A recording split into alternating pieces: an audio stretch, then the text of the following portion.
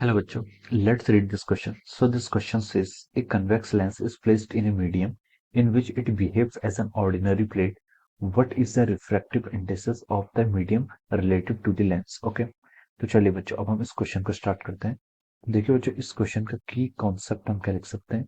The key concept of this question, इस question का की कॉन्सेप्ट हम रिफ्रैक्टिव इंडेक्स लिख सकते हैं। क्या लिख सकते हैं? Refractive index. Okay, refractive index is the key concept of this question. तो देखिए बच्चों रिफ्रैक्टिव इंडेक्स होता क्या है।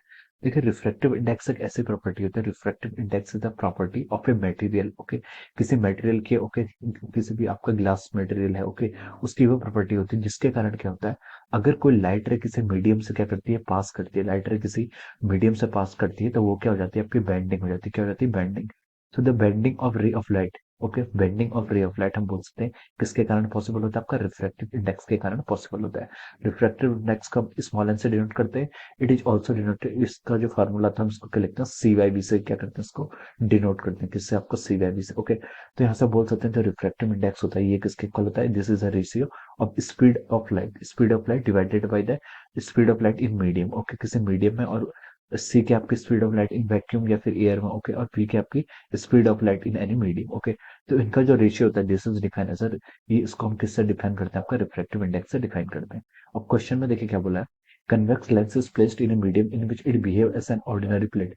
तो कन्वेक्स लेंस किसी मीडियम पर रखा है और ऑर्डिनरी प्लेट की तरह तब बिहेव करेगा व्हेन द रिफ्रैक्टिव इंडेक्स, जब क्या होगा आपका, जो आपका क्या प्लेट है, जो उसका कन्वेक्स लेंस है, कन्वेक्स लेंस का जो रिफ्रैक्टिव इंडेक्स है वो क्या होता है? वन होता है। रिलेटिव रिफ्रैक्टिव इंडेक्स आपका वन होना चाहिए। ओके, रिलेटिव रिफ्रैक्टिव इंडेक्स अगर आपका वन होगा तब हम उस कंडीशन में बोल सकते हैं कि जो आपका कन्वेक्स लेंस है वो क्या करेगा? ऑर्डिनरी प्लेट की तरह बिहेव करेगा। ओके, तो हम यहाँ से लिख सकते हैं the relative refractive index, relative refractive relative relative refractive index should be equal to one. Okay, अगर आपका रिलेटिव इक्वल टू वन, अगर आपका रिलेटिव रिफ्रैक्टिव इंडेक्स क्या होगा?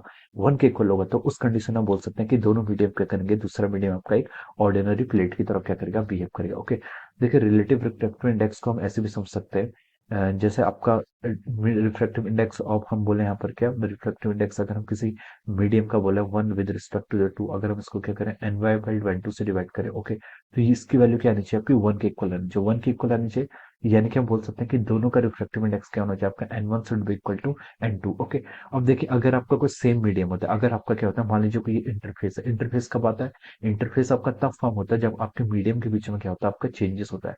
मान लीजिए आपका क्या है? मीडियम वन है, this is medium one. Okay, इसका refractive index of n one बोल दीजिए, ये आपका क्या है? This is medium two. Okay, यहाँ पर का जो रिफ्रैक्टिव इंडेक्स है ये क्या आपका एन टू है। ओके, अब देखिए ये आपका एन वन रीजन का मीडियम है और ये आपका n two refractive index region medium है। ओके, अब देखिए अगर आपकी रे ऑफ लाइट क्या कर रही है इस मीडियम में, मान लीजिए इस तरीके से क्या कर रही है? ट्रेवल कर रही है, दिस इज योर रे ऑफ लाइट, ये आपकी क्या है?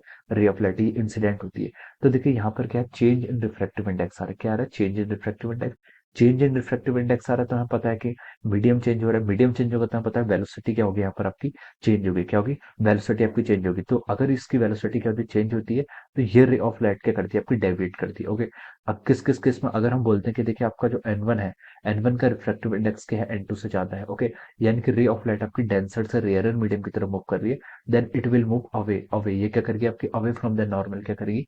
मूव करेगी। ओके, तो जो यहाँ पर क्या हो रहा है, हमने यहाँ पर देखा कि there is the phenomena of refraction, refraction का फिनोमिना है। किस लिए हो रहा है? Because of the change of the refractive index. Okay, तो हम ये बोल सकते हैं कि रिफ्रैक्टिव इंडेक्स के कारण क्या होता है? रे ऑफ लाइट में क्या होती है? आपकी बेंडिंग होती है। ओके, और अगर आपका कोई कॉन्वेक्स लेंस क्या कर रहा है? किसी मीडियम में ऑर्डिनरी प्लेट की तरह बिहेव कर रहा है, तो हम बोल सकते हैं कि जो कन्वेक्स लेंस है और जिस मीडियम है उसका क्या, आपका रिफ्रैक्टिव इंडेक्स क्या होगा? आपका सेम होगा। उस कंडीशन में हम बोल सकते हैं कि आपका जो कन्वेक्स लेंस है वो क्या करेगा? एक ऑर्डिनरी प्लेट की तरह बिहेव करेगा। ओके, सो उसका हमसे क्वेश्चन पूछा कि refractive index of the medium relative to the lens, तो इसकी किसके इक्वल होगा?